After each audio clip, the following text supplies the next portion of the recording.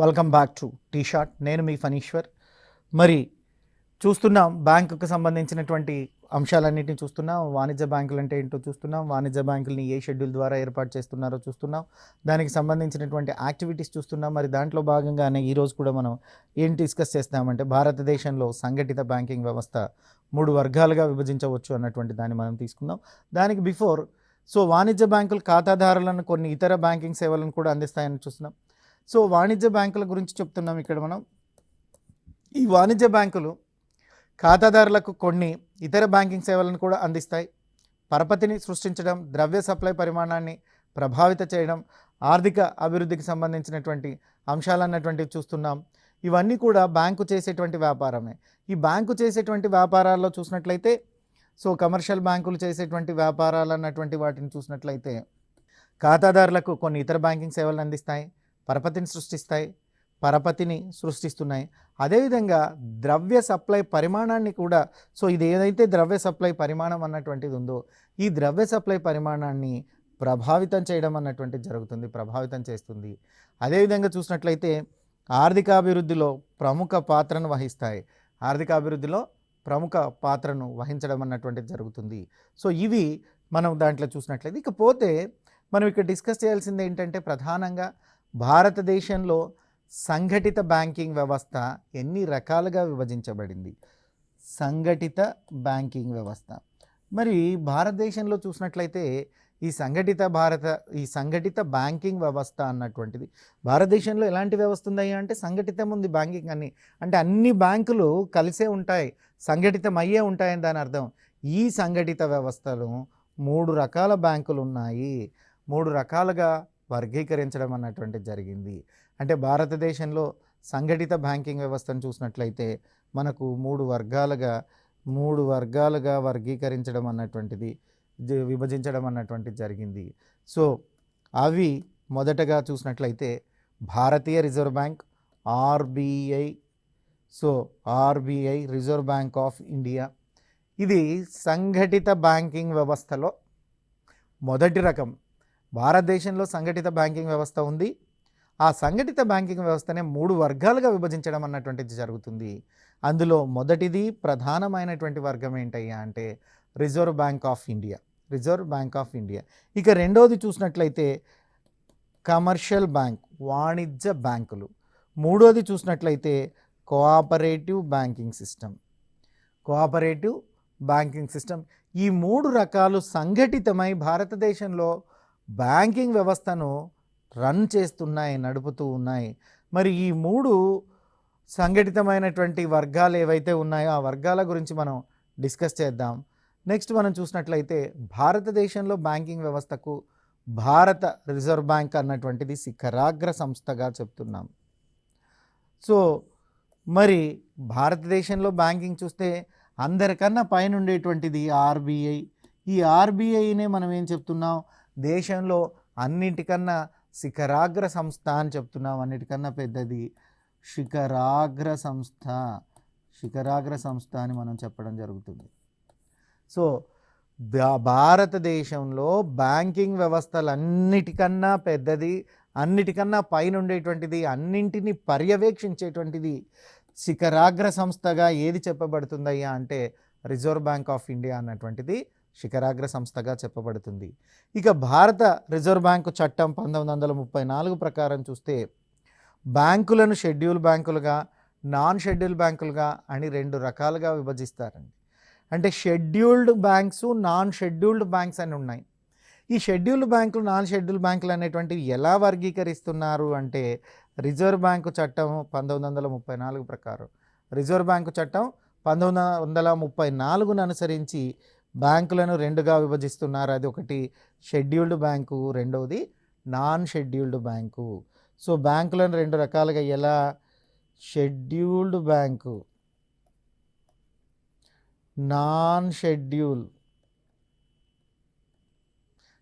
Bank, non scheduled bank. ఇక ఈ చట్టం 2 జాబితాల్లో చేర్చబడినటువంటి బ్యాంకులు షెడ్యూల్డ్ బ్యాంకులు అంటారు. అంటే 1934 ఆర్బీఐ యాక్ట్ ప్రకారం, ఆర్బీఐ యాక్ట్ 1934 ప్రకారం 1934 ప్రకారం మనం చూసినట్లయితే ఈ చట్టాన్ని అనుసరించి ఈ చట్టంలోని 2వ జాబితాలో అనగా 2వ షెడ్యూల్లో ఖచ్చితంగా నమోదై ఉండాలి.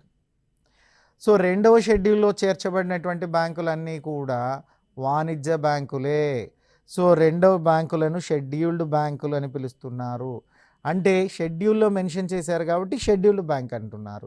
జాబితాలో చేర్చబడని బ్యాంకులని నాన్ షెడ్యూల్డ్ బ్యాంక్స్ అంటున్నారు. అంటే జాబితాలో చేర్చబడినటువంటి బ్యాంకులన్నీ కూడా ఏమనిపించుకుంటున్నాయి? షెడ్యూల్డ్ బ్యాంకులు అనిపించుకుంటున్నాయి. సో ఈ జాబితాలో చేర్చబడినటువంటివి ఏమనిపించుకుంటున్నాయంటే నాన్ షెడ్యూల్డ్ బ్యాంకులు అంటున్నారు. నాన్ షెడ్యూల్డ్ బ్యాంకులు అని చెప్తున్నారు. ఇక షెడ్యూల్ బ్యాంకులను 2 రకాలుగా వర్గీకరించడం అన్నటువంటిది జరుగుతుంది.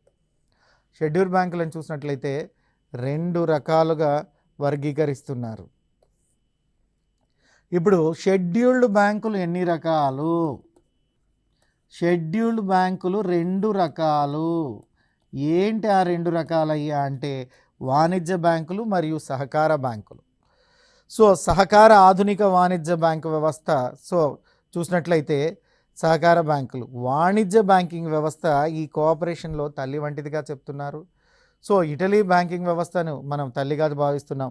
అంటే ఇక్కడ సహకార బ్యాంకు అన్నటువంటిది ఓకే 2 ఉన్నాయి. అంటే షెడ్యూల్ బ్యాంకింగ్ 2 రకాలుగా విభజిస్తున్నారని చెప్తున్నాం. ఒకటి వాణిజ్య బ్యాంకు, రెండవది సహకార బ్యాంకు. సో ఇవి 2 బ్యాంకులు, అంటే వాణిజ్య బ్యాంక్ ఒకటి, సహకార బ్యాంక్ ఒకటి. ఇకపోతే ఆధునిక వాణిజ్య బ్యాంకు వ్యవస్థకు తల్లి వంటిదిగా ఇటలీ బ్యాంకింగ్ సిస్టమ్ని చెప్తున్నారు. అంటే ఇటలీ బ్యాంకింగ్ వ్యవస్థను తీసుకున్నట్లయితే ఈ ఇటలీ బ్యాంకింగ్ వ్యవస్థ అనేది ఆధునిక వాణిజ్య బ్యాంకు వ్యవస్థకు తల్లి వంటిది.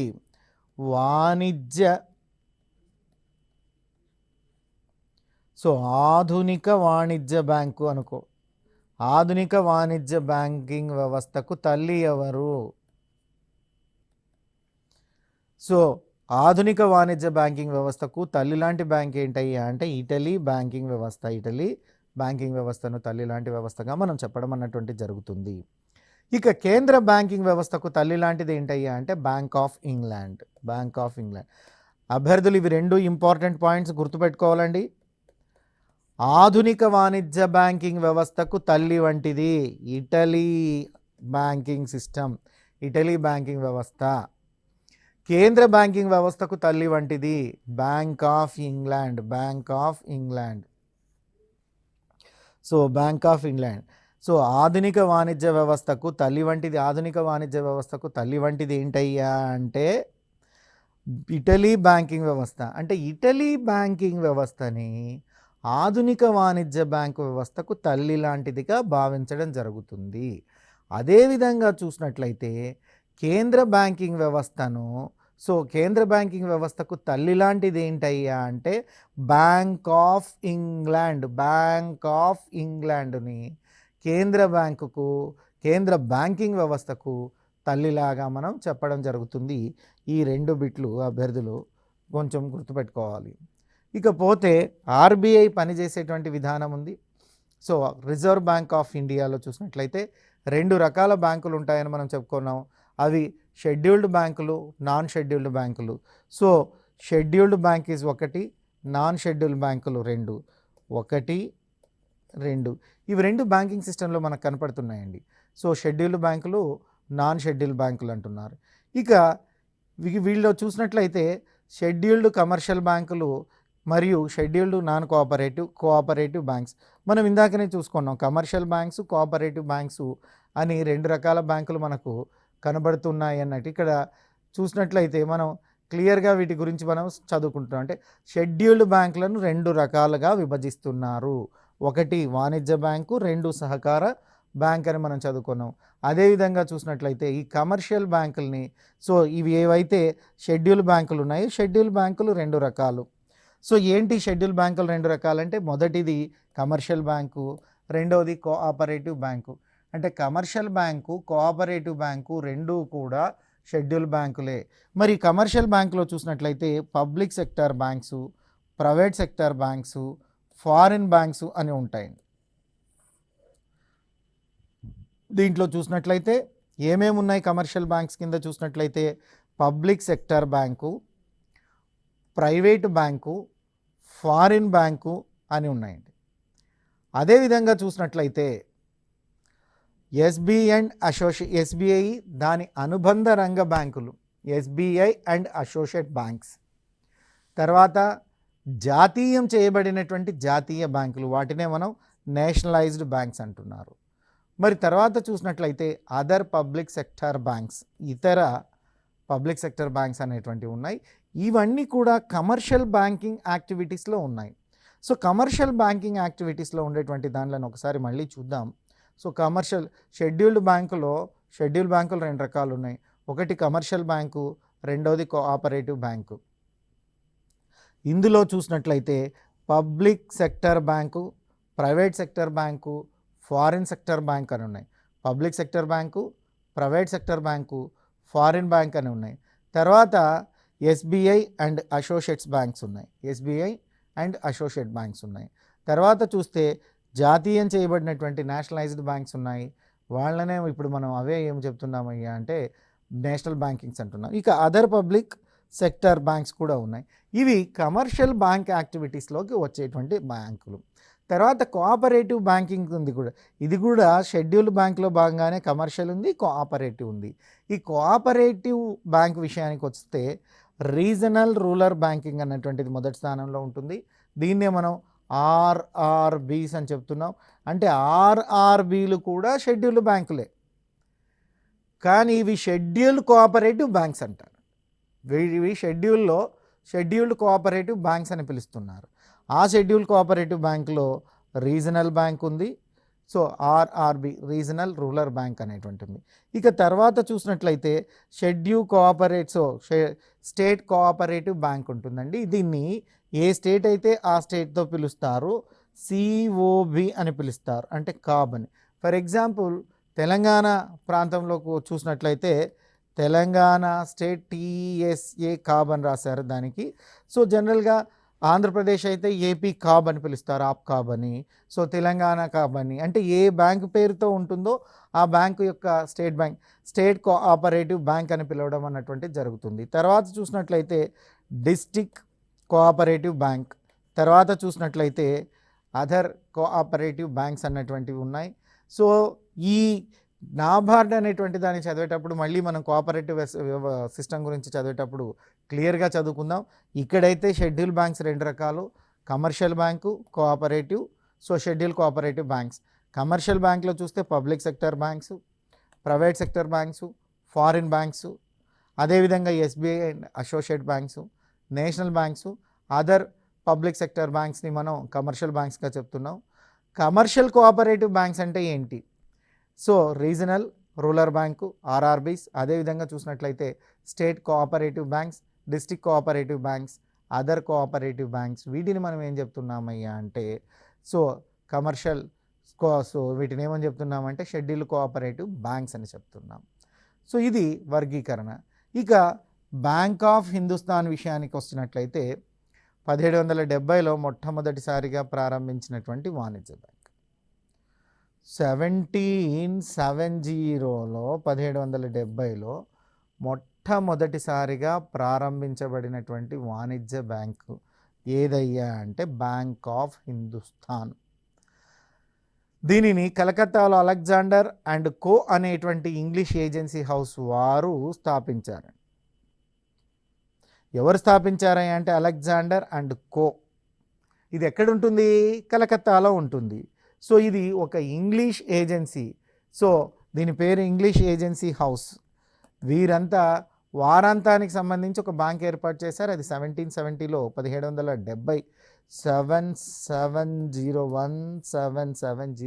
1770లో bank of Hindustan. That is the మొదట ప్రారంభించినటువంటి బ్యాంక్గా చెప్తున్నారు. 72లో దీనిని మూసివేయడం అన్నటువంటిది జరిగిందండి. 1782లో అంటే స్థాపించినటువంటి 12 సంవత్సరాల తరువాత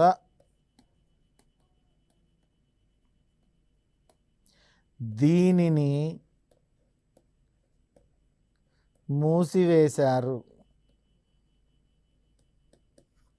సో దీన్ని మూసివేయడం అన్నటువంటిది జరుగుతుంది. ఎప్పుడు మూసేశారు? ఇదే 1782లో 1782లో మూసేయడం అన్నటువంటిది జరిగింది. ఇక చూస్తే అలహాబాద్ బ్యాంకుని 1865 మార్చి 24లో కలకత్తాలో ప్రారంభించడం అన్నటువంటిది జరిగిందండి. సో అలహాబాద్ బ్రాంచ్ అనేటువంటిది ఉంది, అలహాబాద్ బ్యాంక్ అనేటువంటిది ఉంది.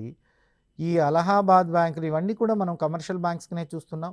ఈ కమర్షియల్ బ్యాంక్లో చూసినట్లయితే బ్యాంక్ ఆఫ్ హిందుస్థాన్ అన్నటువంటిది మొదటి commercial bank.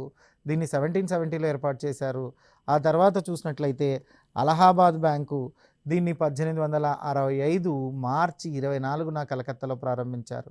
So Allahabad bank ఎక్కడ ప్రారంభించారు? కలకత్తాలో ప్రారంభించారు. ఎప్పుడు ప్రారంభించారు? 1865 మార్చి 24న 1865 మార్చి 24న ప్రారంభించారు. కలకత్తాలో ప్రారంభించారు దీన్ని, అలహాబాద్ బ్యాంకుని. సో మరి ప్రస్తుతం పనిచేస్తున్నటువంటి పురాణ బ్యాంకుగా దీన్ని మనం చెప్తున్నాం. అయితే దీన్ని యూరోపియన్ సహకారంతో ప్రారంభించారు. ఇక ప్రస్తుతం పనిచేస్తున్నటువంటి పురాతన బ్యాంక్ అంటే పంజాబ్ నేషనల్ బ్యాంకే వస్తుందండి. ఇది గుర్తుపెట్టుకోండి.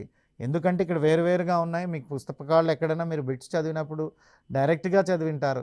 ప్రస్తుతం పనిచేస్తున్నటువంటి బ్యాంకుల్లో పురాతనమైనటువంటిది ఏంటయ్యా అంటే Punjab national bank. Punjab national bank అనేటువంటి బ్యాంక్ ఉంది. సో ఇది మనం ఇప్పుడు పనిచేస్తున్నటువంటి దాంట్లో పురాతనమైనది. ఇదేంటి? పని చేస్తున్నటువంటి బ్యాంకుల్లో పురాతనమైంది. సో ఇక్కడ బ్యాంక్ అలహాబాద్ బ్యాంకుని చూసినట్లయితే యూరోపియన్ సహకారంతో ఏర్పాటు చేశారు. ఇది ఇండియన్ బ్యాంకులో విలీనం ప్రస్తుతం చూసినట్లయితే ఈ అలహాబాద్ బ్యాచ్ ఇండియన్ బ్యాంకులో విలీనమైంది. దీనిని ఫైజాబాద్ ఆగ్రాలో ప్రారంభించడం అన్నటువంటిది జరిగింది.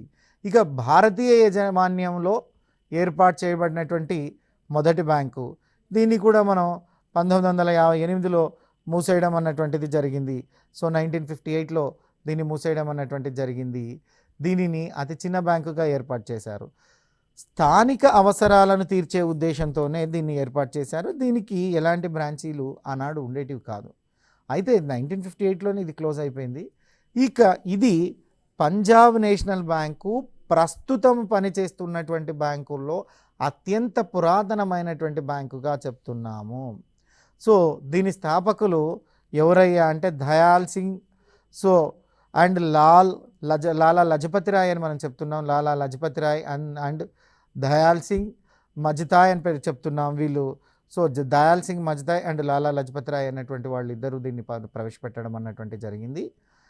అయితే ప్రస్తుతం దీన్ని మనం పంజాబ్ బ్యాంక్ అని పిలుస్తున్న అనార్కలి బజార్ లాహోర్, అంటే ఇప్పుడు దేశ విభజన తర్వాత ఆ ప్రాంతము పాకిస్తాన్లోకి వెళ్ళిపోయింది, పాకిస్తాన్ అన్నటువంటి దాంట్లో వెళ్ళిపోయింది.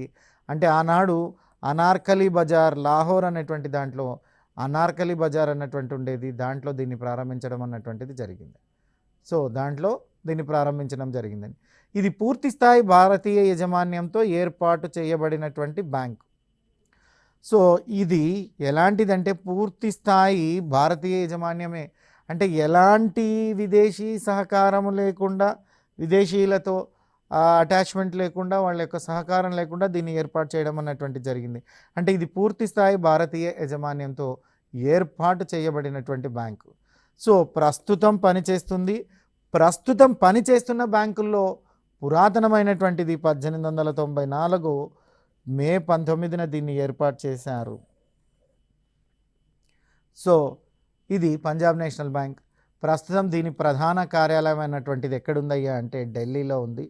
ప్రస్తుతం పంజాబ్ నేషనల్ బ్యాంక్ యొక్క ప్రధాన కార్యాలయం ఎక్కడుందయ్యా అంటే ఢిల్లీలో ఉంది. అంటే ఢిల్లీ క్యాపిటల్ సిటీగా ఉంది, అంటే హెడ్ ఆఫీస్ ఫ్రమ్ ఢిల్లీలో ఉంది. ఇక ప్రస్తుతం దీనిలో oriental bank of commerce, United bank of India అన్నటువంటి 2 బ్యాంకులు విలీనమయ్యాయి. ఇది చూస్తే ప్రస్తుతం OBC oriental bank of commerce అనేటువంటిది యునైటెడ్ బ్యాంక్ ఆఫ్ ఇండియా అన్నటువంటి రెండు కూడా పంజాబ్ నేషనల్ బ్యాంకులో మర్జ్ చేయబడ్డాయి. అంతకుముందు ఈ రెండింటి యాక్టివిటీస్ ఓబీసీ అంటే oriental bank of commerce, UBI United bank of India, ఇవి రెండు లేవు. ప్రస్తుతం ఈ రెండు బ్యాంకులు లేవు. ఈ రెండు బ్యాంకులు ప్రస్తుతం ఏమయ్యాయి అంటే దీంట్లో విలీనమయ్యాయి. దాంట్లో విలీనమయ్యాయి అంటే పంజాబ్ నేషనల్ బ్యాంకులో విలీనమయ్యాయి.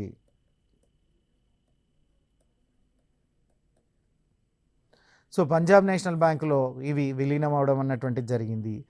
ప్రస్తుతం భారతదేశంలో రెండవ అతిపెద్ద బ్యాంక్ ఏదయ్యా అంటే పంజాబ్ నేషనల్ బ్యాంక్. ప్రస్తుతం భారతదేశంలో చూసినట్లయితే రెండవ అతిపెద్ద బ్యాంకు పంజాబ్ నేషనల్ బ్యాంక్. ఇక ఇందిరాగాంధీ కాలంలో బ్యాంకింగ్ వ్యవస్థలు ఏ విధంగా ఉన్నాయి, వాటి పరిస్థితులు ఏంటి అన్నటువంటి దాన్ని ఒకటి చూద్దాం. 1967 డిసెంబర్ 14న ఆనాటి ఆర్థిక మంత్రి మొరార్జీ దేశాయ్ గారు, సో ఆనాడు మొరార్జీ దేశాయ్ ఆర్థిక మంత్రిగా ఉన్నారు. వీరు మొరార్జీ దేశాయ్ గారు చూసినట్లయితే ఎప్పుడు మనం 1967 డిసెంబర్ 14th మాట్లాడుతున్నాం. 1967 డిసెంబర్ 14 1967 డిసెంబర్ 14న ఏం జరిగింది అన్నటువంటిది మాట్లాడితే, సో ఆ రోజు మంత్రి మొరార్జీ దేశాయ్ గారు ఉన్నారు. వారు బ్యాంకులపై సామాజిక నియంత్రణ విధానం అన్నటువంటి దాన్ని లోక్సభలో ప్రవేశపెట్టారు. 1967 డిసెంబర్ 14న ఆనాటి ముఖ్యమంత్రి, సో ఆనాటి ఆర్థిక మంత్రి గారు ఎవరైతే ఉన్నారో ఆనాటి ఆర్థిక మంత్రి అయినటువంటి మొరార్జీ దేశాయ్ ఉన్నారు. వారు తర్వాత ప్రధానమంత్రి అయ్యారు. సో మరి 67లో చూస్తే వాళ్ళు కేవలం ఫైనాన్షియల్ మినిస్టర్, ఆర్థిక మంత్రిగానే ఉన్నారు. ఆర్థిక మంత్రిగా ఉన్నప్పుడు బ్యాంకులపై సామాజిక నియంత్రణ విధానాన్ని లోక్సభలో ప్రవేశపెట్టారు. అయితే ఈ నియంత్రణ అనుకున్నంతగా ఫలితాన్ని సాధించలేదు. సో నియంత్రించాలనేటువంటి ఒక ప్రతిపాదనతో ఒక విధానాన్ని తీసుకొచ్చారు. బ్యాంకులను ప్రభుత్వం కంట్రోల్లో ఉంచుకోవాలన్నారు. దానికోసము బ్యాంకులపై నియంత్రణ, సామాజిక నియంత్రణ అన్నటువంటి విధానం లోక్సభలో ప్రవేశపెట్టినప్పటికీ ఆ నియంత్రణ అన్నటువంటిది ఆశించినటువంటి స్థాయిలో రాలేదు. ఎప్పుడైతే బ్యాంకుల నియంత్రణ ఫెయిల్యూర్ అయిందో, అది ఆశించినటువంటి స్థాయిలో రాలేదో, బ్యాంకు జాతీయకరణను ప్రారంభించడం అన్నటువంటిది జరిగింది. సో బ్యాంకు జాతీయకరణ ఏదైతే ఉందో ఆ బ్యాంకు జాతీయకరణను ప్రారంభించడం జరిగింది. అసలు బ్యాంకు జాతీయకరణ ఎందుకు చేయాలంటే ఈ బ్యాంకులపై సామాజిక నియంత్రణ విధానం అన్నటువంటిది ఆశించిన ఫలితాన్ని ఇవ్వలేదు కాబట్టి ఇందిరాగాంధీకి బ్యాంకులను నియంత్రించాల్సినటువంటి అవసరం వచ్చింది. ఇక మొదటి దశ బ్యాంకింగ్ జాతీయకరణను చూసినట్లయితే సో 2 సార్లు భారతదేశంలో బ్యాంకులను జాతీయం చేశారండి. మొదట 1969 జూలై 19న,